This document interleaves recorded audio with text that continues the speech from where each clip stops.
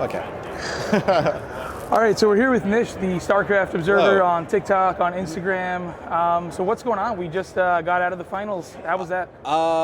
It was a well-deserved finals for the community, for the players, really for everybody who made it out to Atlanta. A lot of us in the community feel like it's the last biggest event in NA. We don't know what's going to happen, but for a 3-3 deciding finals match, epic, dude. It was. You can ask for anything better. It wasn't one-sided. Both players were like playing with their, playing their hearts out. It was back and forth. There's moments where I thought Hero was going to completely die. Same thing. It was just insane, man. So, yeah, I absolutely loved it. The turnout was bananas. How'd you feel about it? The turnout. Okay, it was like this monster that kept growing over time. So day one, it was like normal seating, and there's a couple of people sitting off to the side. But later on in day one, they had to like bring some seats. So I was like, all right, cool. Like there's people coming. Yeah. And then day two, the monster gets even bigger. So they added seats on the other side, and more people had to be like seated, and it just kept growing. And then people were like standing at that point. So not only did you get the additional seats, it was standing room at that point.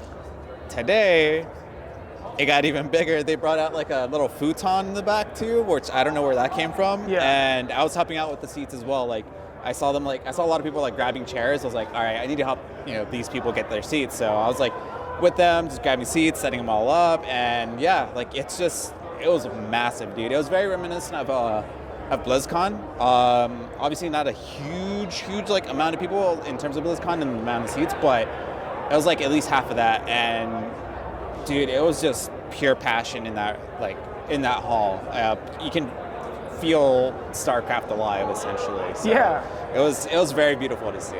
100%. I actually got to talk to one of the people that works at Dreamhack, and I was like, was this turnout like even close to what was expected? And she was like, absolutely not. Yeah, exactly, man. That's how it felt like. It felt like, I don't know if you saw like the Valorant stages. Like there's like a couple people, like probably like 50 people in the seats. That's what I was expecting for this event. Yeah. I come here, you automatically see like hundreds of people already, and it kept growing and growing. I think it was thousands. It was literally like thousands, dude. It got bigger than that. Yeah.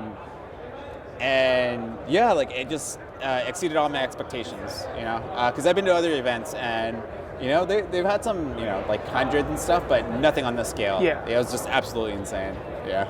So yeah, that was sweet. I do want to talk about you a little bit, not just the event. Yeah, sure. So how'd you get into StarCraft? So I started off with, I bought the battle chest when I was like 12 years old. My aunt bought it for me at Walmart. It was on sale, and I remember like it was a big deal because she's like, if I buy this for you, are you gonna play it? I was like, yeah, I'm gonna play it. Like there's a cool looking alien. Like I want to play it. So yeah, I get the battle chest, I boot it up, and next thing you know, like it's like, man, this game's really awesome. I was too young to understand the esports aspect of it and just the overall like story and like the ladder games and stuff like that. Like I was, 12-year-old me, it's just like playing a video game, controlling units and destroying things. That was it. Our friends would get together and we would do like, all right, let's build our army. Oh, let's max out first, then attack. Yeah, that's what we would do. So we'd always like play as Terran because we just loved nuking each other, and it was just madness. And that was like the max out rule and then attack. Yeah. So yeah, I got into that, and then I kind of like dropped it for a bit. Went away, started playing other video games and stuff, and StarCraft kind of like took a back seat. Then one of my friends who I was gaming with, who I was really close with at the time, he was like, "Hey man, have you ever heard of StarCraft?" I was like, "Yeah, I played StarCraft." Oh, well, they're coming out with the part 2. I was like, "Awesome, dude! Like, let's when is it releasing?" And he told me like next month, so we're like super stoked for it. And that's when I started watching like a bunch of like Justin TV streams, and really getting to know the community. Like that's when I started hearing about like Day 9 and Idra, and like started discovering esports in Korea and figuring out how big it was. And I was just like, dude, I missed so much during Brood War. I didn't realize like Boxer and Yellow and Flash were a thing back in the day, and I'm just hearing about them now during the StarCraft 2 era. And Yeah, that's basically how I got into it, and been playing ever since release of Wings of Liberty. So. What made you make the leap to be a Starcraft content creator? When I started the Starcraft Observer, I started off with featuring artists, because I remember Blizzard was doing that for a bit, but then they stopped. And when I saw that like artists weren't getting featured and seeing all this like really cool art, I started posting their stuff like almost daily. Like I would contact them being like, hey, I run this account, it's called the Starcraft Observer, I really love your fan art, can I post it on your behalf? And sure enough, people would always say yes. But then I kind of like started experimenting with Reels, Instagram Reels, which just released. I was like totally against TikTok at the time. I don't know why. For some reason, I just think was. A lot of people were. Yeah, definitely. So I just had like built up like StarCraft gripes over time, and I was like, I need to do something. And then I did a reel, and after that, I was like hooked. And from doing reels, I just went over to TikTok. And next thing you know, people are rediscovering the game, which is insane. Like people were like, hey, like I used to play this game. Like, oh my gosh, me and my dad would play this together.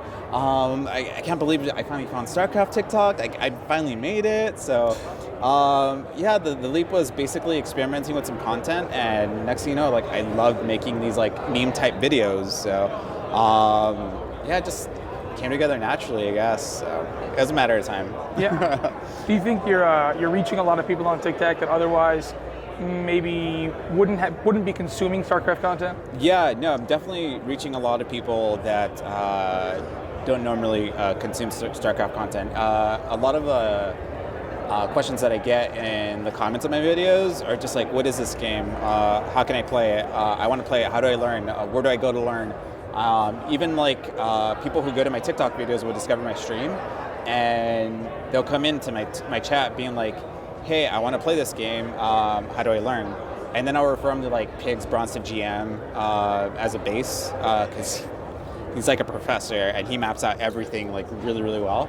And it's a good start to like getting into it.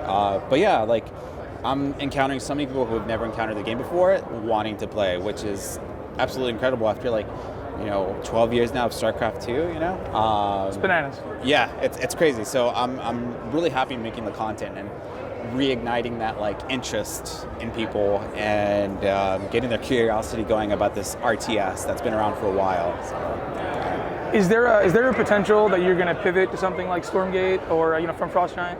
Yeah, I would really love to, because as much as I love StarCraft, I would love to like get into other RTS type content, and especially Stormgate. The StarCraft 2 devs going over to Stormgate and absolutely knowing what they're doing and understanding esports and knowing what the community wants, and especially listening to the community. It's the original devs from SE2, and yeah, like I'm really excited for